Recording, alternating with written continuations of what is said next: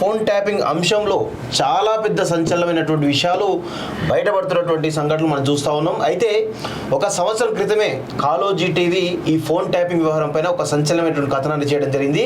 అది ఇప్పుడు ఏ విధంగా అన్వయించవచ్చో ఒకసారి ఇప్పుడు ఏ విధంగా జరుగుతుందో ఈ విషయాలను ఎట్లా బయటపడుతుందో ఒకసారి మీకు చెప్పించేటువంటి ప్రయత్నం అయితే చేసేటువంటి ఒకసారి ఒక వీడియో. అది చాలా పెద్ద సంచలనమైనటువంటి విషయం. వాస్తవంగా ఎవరు కూడా ఊహించి ఉండరు ఇలాంటి కథనం గత 1 year క్రితం చేస్తామని చెప్పేసి. అది ఇప్పుడు కనబడతా ఉంది. ఒకసారి అది అజ్జి. గవర్నర్ ఫోన్ ట్యాపింగ్ సంబంధించి సామాన్యుడి ప్రైవసీకి రక్షణ ఇది. అంటే ఇక్కడ మనం ప్రధానంగా ఒక విషయం చెప్పుకోవాలి. రాజ్భవన్ వేదికగా గవర్నర్ గారు ఏం మాట్లాడుతున్నారో టీఆర్ఎస్ వాళ్ళకు ఎట్లా తెలుస్తుంది, టీఆర్ఎస్ వాళ్ళు ఎలా ప్రతి యాప్ కూడా ట్రాక్ అవుతుంది అనేది మా దగ్గర ఉన్నటువంటి సమాచారం. అది ఎలా జరుగుతుందో ఒక చిన్న చెప్పేటువంటి ప్రయత్నం చేస్తాను. ఎందుకంటే మాకు తెలిసినటువంటి సమాచారం మేరకు ఒకసారి నేను నోట్ ప్యాడ్ లో చూపించే ప్రయత్నం చేస్తా. ఇది ఇందులో మేము కూడా మేము కూడా బాధితులు చెప్తున్నాం. ఇది ఫోన్ సంబంధించినటువంటి డివైస్. ఇక్కడ నుంచి అంటే మన ఫోన్ కు అంటే మనం ఎక్కడెక్కడైతే ఉంటామో ప్రధానంగా మనం ఉండేటువంటి అంటే ఎమ్మెల్యేలు అయితే క్యాంప్ ఆఫీస్ కావచ్చు, వాళ్ళ ఇల్లు కావచ్చు, వాళ్ళు ఎక్కడైతే వాళ్ళ వెహికల్స్ ప్రధానంగా తిరిగేటువంటి వెహికల్స్ ఏవైతే ఉంటాయో 3 చోట్ల. అంటే ఒకటి ఎమ్మెల్యేలు అయితే ఎమ్మెల్యే గురించి చెప్తున్నాను, ఎమ్మెల్యే క్యాంప్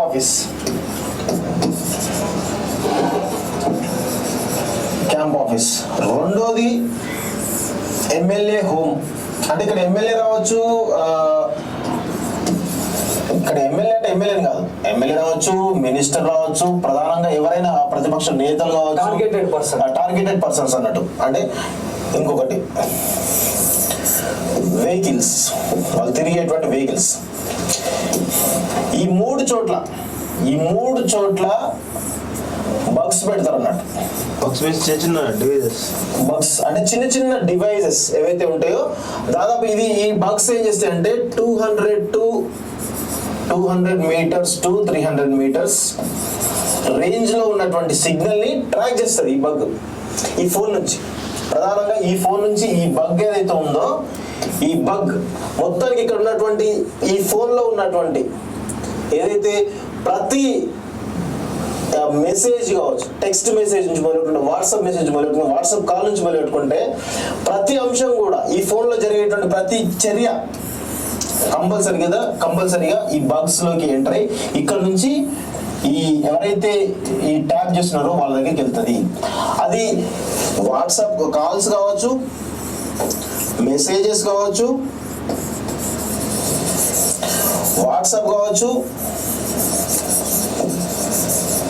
సిగ్నల్ కావచ్చు, టెలిగ్రామ్, ఏదైనా ఎనీ యాప్ ఇందులో జరిగేటువంటి ప్రతి చర్య, ఈ ఫోన్ లో జరిగేటువంటి ప్రతి చర్యను ఈ బగ్ తమ సిగ్నల్ ద్వారా తీసుకుని అక్కడ నుంచి వాళ్ళకి ఎక్కడైతే ఇక్కడ అవుట్పుట్ ఇక్కడ వీళ్ళకి సంబంధించినటువంటి ఒక సర్వర్ ఏదైతే ఉందో అక్కడికి అక్కడ నుంచి అక్కడ సర్వర్ లో వీళ్ళంతా ఎవరైతే ఉంటారో ఈ డివైస్ సంబంధించిన వాళ్ళు ఎవరైతే ఉంటారో వీళ్ళందరూ కూడా ప్రతి అక్కడ మానిటర్ చేస్తూ ఎక్కడైతే ఇన్ఫర్మేషన్ వస్తుందో అని తీసుకుంటారు. ఇదే జరుగుతూ ఉన్నది. ఇక్కడ ఎమ్మెల్యే కావచ్చు, మినిస్టర్ కావచ్చు, ప్రతిపక్ష నేత కావచ్చు, టిఆర్ఎస్ వాళ్ళు కావచ్చు, బీజేపీ కావచ్చు, కాంగ్రెస్ కావచ్చు, కమ్యూనిస్టులు కావచ్చు, ప్రతి ఒక్కరు ఎవరైతే ఉంటారో మీడియా, ముఖ్యంగా మీడియా వాళ్ళు కూడా టార్గెట్ చేస్తున్నారు. మీడియా ఎవరైతే ప్రశ్నిస్తున్నారో, ఎవరైతే తమకు సంబంధించినటువంటి వాళ్ళు ఎవరైతే ఉన్నారో ఈ కంప్లీట్ ప్రాసెస్ లో ఇక్కడ నుంచి ఫోన్ 200 to 300 meters రేంజ్ లో ఈ సిగ్నల్, ఈ బగ్ ద్వారా ఈ సిగ్నల్ అనేది మొత్తం ప్రతి సిగ్నల్ అంటే మెసేజ్ ని ప్రతి ఒక్కరిని కూడా తీసుకుని అక్కడి నుంచి సర్వర్ పంపిస్తుంది. ఆ సర్వర్ లో అప్పుడు వాళ్ళు మొత్తం ఆ సర్వర్ నుంచి ట్రైన్ చేసేసి వాళ్ళకి కావాల్సిన ఇన్ఫర్మేషన్ తీసుకుంటా ఉంటారు. ఇదే జరుగుతూ ఉంది ఇప్పుడు తెలంగాణలో. ఇదే మేము చెప్తాను. గవర్నర్ నేను అంటే మాకున్నటువంటి అవగాహన మేరకు మేము చెప్పాల్సిన ఏంటంటే రాజ్భవన్ లో కావచ్చు ప్రతి చోట కూడా ఈ బగ్స్ ని పెడుతున్నారనేటువంటి ఒక అనుమానం అయితే మాకున్నది. మేము అంటే ఇది మాకున్నటువంటి నాలెడ్జ్. మేము ఏదైతే కొంతమంది ఎవరు మన ఎథికల్ హ్యాకర్ సంబంధించినటువంటి ఎక్స్పర్ట్స్ నుంచి తీసుకున్నటువంటి ఇన్ఫర్మేషన్ నుంచి ఈ విధంగా గతంలో పెగాసస్ అని చెప్పేసి అన్నారు. ఆ తర్వాత ఇండోనేషియా నుంచి అక్కడక్కడ నుంచి ఒక ఎక్విప్మెంట్ తీసుకొచ్చి దాని త్రూ అందులో నెంబర్స్ ని ఇన్సర్ట్ చేసి చేయడము. ఆ తర్వాత కొన్ని ఏవైతే ఇప్పుడు వీటన్నిటి చేసిన తర్వాత కొన్ని వాట్సాప్ కాల్స్ కావచ్చు, లేదంటే సిగ్నల్ కావచ్చు, ఫేస్ టైమ్ కావచ్చు, ఇట్లా కొన్ని ప్రైవసీకి సంబంధించినటువంటి అత్యధికంగా ప్రైవసీ ఉండేటువంటి సెక్యూరిటీని ఏవైతే ఉన్నాయో వాటిని కూడా తెలుసుకునేందుకు ఇప్పుడు ఈ బగ్స్ లేటెస్ట్ గా ఈ బగ్స్ ని వాడుతారని చెప్పేసి తెలుస్తోంది. ఈ దాదాపుగా కొన్ని వేల లక్షల బగ్స్ ని కొని తెచ్చుకున్నటువంటి ఒక ఇన్ఫర్మేషన్ అయితే మనకుంది. దీని నుంచి వీళ్ళు ఎక్కడెక్కడైతే కావాలనో వాళ్ళ ఇంటి దగ్గర, వాళ్ళ క్యాంప్ ఆఫీస్ దగ్గర, అంటే రెగ్యులర్ గా వాళ్ళు ఎక్కడైతే ఉంటారో అక్కడ ఈ బగ్స్ పెట్టి అక్కడ నుంచి వీళ్ళు ఇన్ఫర్మేషన్ తీసుకునే ప్రయత్నం చేస్తున్నారని తెలుస్తోంది.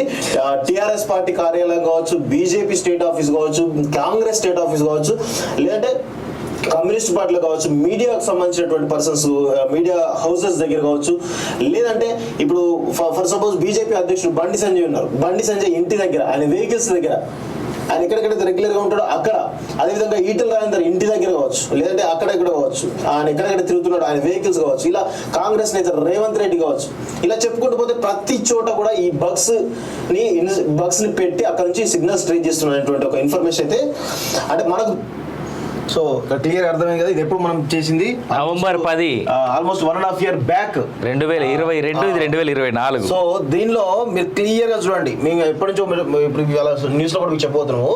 200 నుంచి 300 meters రేడియస్ లో ఆనాడు ఖచ్చితంగా ఇలాంటి బగ్స్ ఏవైతే చిన్న డివైస్ అక్కడ ఇన్స్టాల్ అక్కడ పెట్టేశారండి. ఎందుకంటే ఇది స్వయాన నా రూమ్ దగ్గర, నా అపార్ట్మెంట్ దగ్గర నేను చూసినా కాబట్టి పోలీసులు రెక్కి నిర్వహించి అక్కడ ఏదో చర్య చేసిరని చెప్పి అనుమానంతో నీకు కొంత ఎతకంగా కూడా అది దొరకలేదు. అది చాలా చిన్న డివైస్, ఎవరికి కూడా కనబడే పరిస్థితి కూడా లేదు వాస్తవంగా.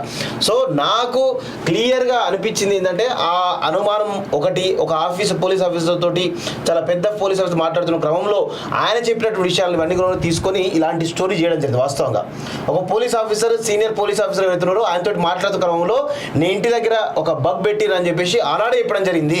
సో నువ్వు చాలా కేర్ఫుల్గా ఉండాలి. నీ ఇంటి దగ్గర నువ్వు ఏం చేసినా, నువ్వు ఫోన్లో నువ్వు ఏం మాట్లాడినా, నువ్వు ఏం చేసినా కానీ, నువ్వు కనీసం ఆ ఫోన్ ఆఫ్ చేసి మాట్లాడినా కానీ, డేటా ఆఫ్ చేయకుండా నువ్వు ఫోన్ మాట్లాడినా కానీ నీకు సంబంధించినటువంటి ప్రతి ఇన్ఫర్మేషన్ కూడా వాళ్ళకు చేరవేసేటువంటి అవకాశం అయితే ఖచ్చితంగా ఉంటుంది. సో అదంతా కూడా పెద్ద టెక్నాలజీ నడుస్తూ ఉందని చెప్పేసి కూడా క్లియర్గా చెప్పడం జరిగింది. సో ఇది కేవలం మాలాంటి వాళ్ళకి కాదు, రేవంత్ రెడ్డి గారే స్వయాన బాధితుడు. ఈనాడు సీఎం ఎవరైతే ఉన్నారో రేవంత్ రెడ్డి గారు స్వయాన బాధితుడిగా మనకు కనబడతా ఉన్నాడు. సో అందుకే దీనిపైన చాలా సీరియస్గా లోతైనటువంటి విచారణ జరుగుతూ ఉంది. ప్రణీత్ రావుతో పాటు నిన్న మొన్న అరెస్ట్ అయినటువంటి భుజంగరావు కావచ్చు, తిరుపతి కావచ్చు, లేదంటే రేపు అరెస్ట్ అయిపోయేటువంటి ప్రభాకర్ రావు లాంటి వాళ్ళు కానీ, లేదంటే రాధాకృష్ణ లాంటి వాళ్ళు కానీ, ఇలా చెప్పుకుంటూ పోతే చాలా మంది కూడా ఈరోజు ఇందులో విచారణలో భాగంగా అందరూ కూడా అరెస్ట్ అయ్యే అవకాశం ఉంది. ఇందులో బాధితులు కేవలం సీఎంగా ఉన్న ప్రస్తుతం ఉన్నటువంటి రేవంత్ రెడ్డి కాదు, బండి సంజయ్ బాధితుడే, కిషన్ రెడ్డి బాధితుడే, బాధితుడే, ఇలా చెప్పుకుంటూ పోతే ఈడీ ఆఫీసర్ బాధితులే, ఇటు గవర్నర్ బాధితులే, సిబిఐ ఆఫీసర్ వాళ్ళు, ప్రైమ్ మినిస్టర్ కూడా బాధితుడే, బిఎల్ సంతోష్ కూడా బాధితుడే. ఇలా వాస్తవం చెప్పాలంటే బిఎల్ సంతోష్ తో సహా ఆయన కూడా బాధితుడే. వీళ్ళు ఎంత అరాచకాలు చేసిరో, ఎన్ని అక్రమాలు చేసిరో చూస్తూ ఉన్నాం. ఇలాంటివి చేసిన వాళ్ళు ఇప్పుడు వచ్చి మీరు తప్పుడు కథనాలు చేస్తున్నారు, మీ మీద కేసులు పెడతాము, మీకు లీగల్ నోటీస్ పంపిస్తామని చెప్పేసి మాట్లాడుతూ ఉన్నారు. అసలు మిమ్మల్ని నడి రోడ్డు మీద ఎక్కడ అమరవీరుల స్తూపం ముందు మిమ్మల్ని ఉరిదీయాలి, ఈ కల్వకుంట్ల కుటుంబాన్ని ఉరిదీయాలి. ఎందుకంటే మీరు చేసినటువంటి మామూలు నేరం కాదు వీళ్ళది. కేటీఆర్ చెప్తా ఉన్నాడు కదా, నువ్వు చేసినటువంటి ఇలాంటి లంగ పనికి అవి చాలా చిన్నవి. వాళ్ళు యూట్యూబ్ ఛానల్ తప్పుడు తమ్మల్సి పెడుతున్నారు కదా, అవి కూడా ఎంత పెట్టినా తప్పేలేదు మీకు. అమరవీరుల స్తూపం ముందు ఈ కల్వకుంట్ల కుటుంబాన్ని ఉరిదీస్తే కానీ ఈరోజు ఈ పాపానికి ప్రాయశ్చిత్తం ఉండదు. వాస్తవంగా ఎంత ఎంత ఎంత దారుణమా, ఎవరిని వదిలిపెట్టరా? మొత్తం పోలీస్ వ్యవస్థను నీ కబంధ హస్తాలో ఉంచుకుని నీ తాబేదారులుగా ఈరోజు పెట్టుకొని వీళ్ళందరూ ఇది ఇష్టరాజ్యంగా, ఇదేమైనా కల్వకుంట్ల రాజ్యాంగం అనుకుంటారా, లేదా కల్వకుంట్ల రాజ్యం అనుకుంటున్నారా? ఏమనుకుంటున్నారు? ఆర్ఎస్ ప్రవీణ్ కుమార్ ఏమో రాజ్యాంగం మారుస్తామన్న బీజేపీ గురించి మాట్లాడతాడు. ఆ రాజ్యాంగం మారుస్తామని ఫస్ట్ మాట్లాడిన దేవుడు కేసీఆర్ కాదా? ప్రగతి భవన్ లో కూర్చొని ఈ రోజు ఆయన చెంచాగిరి చేయడానికి, ఆయన బానిసగిరి చేయడానికి, ఆయన మోచేతి నీళ్లు తాగడానికి పోయిండు. దళిత వాదాన్ని, దళితుల ఆత్మగౌరవాన్ని కేసీఆర్ కాళ్ళ దగ్గర తాకట్టు పెట్టినటువంటి చరిత్ర, నీచమైన చరిత్ర ఆర్ఎస్పీది. ఇప్పుడు మాట్లాడుతూ ఉన్నాడు సిగ్గుశరం లేకుండా. అన్నిటికంటే హైలైట్ ఏంటంటే ఆల్రెడీ పేపర్ లో వచ్చినట్టుంది ఇవాళ రేవంత్ ఇంటి పక్కన Yes. సపరేట్ హౌస్ తీసుకొని 200-300 మీటర్స్ రేడియస్ లో ఇన్ఫ్యాక్ట్ రేవంత్ ఇంటి దగ్గర పెట్టినటువంటి ఆ యొక్క ఎక్విప్మెంట్ ఏదైతే ఉందో it is much more costlier than anything అంట. Yes, yes. స్టేట్ మొత్తంలో ఎక్కడెక్కడైతే పెట్టారో అన్నిటికంటే చాలా కాస్ట్లీయెస్ట్, చాలా ఎక్కువ ఎఫర్ట్స్ తో పెట్టినటువంటిది రేవంత్ ఇంటి దగ్గర.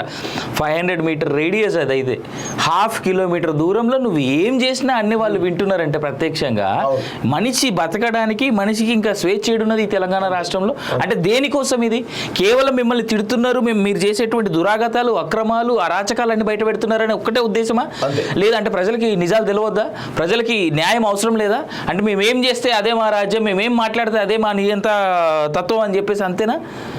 చూద్దాం, ఇంకా చాలా అద్భుతాలు ఉన్నాయి రానున్న రోజులు, ఇంకా చాలా జరుగుతూ ఉన్నాయి. మొత్తం కూడా మాక్సిమం ఫోన్ టాపింగ్ మీద చాలా పలు అంశాలు రావడం జరిగింది. వాటన్నిటి మీద కూలంకషంగా తెలంగాణ ప్రజలకు ముఖ్యంగా ఈ విషయాలన్నీ తెలియాలి వాస్తవంగా.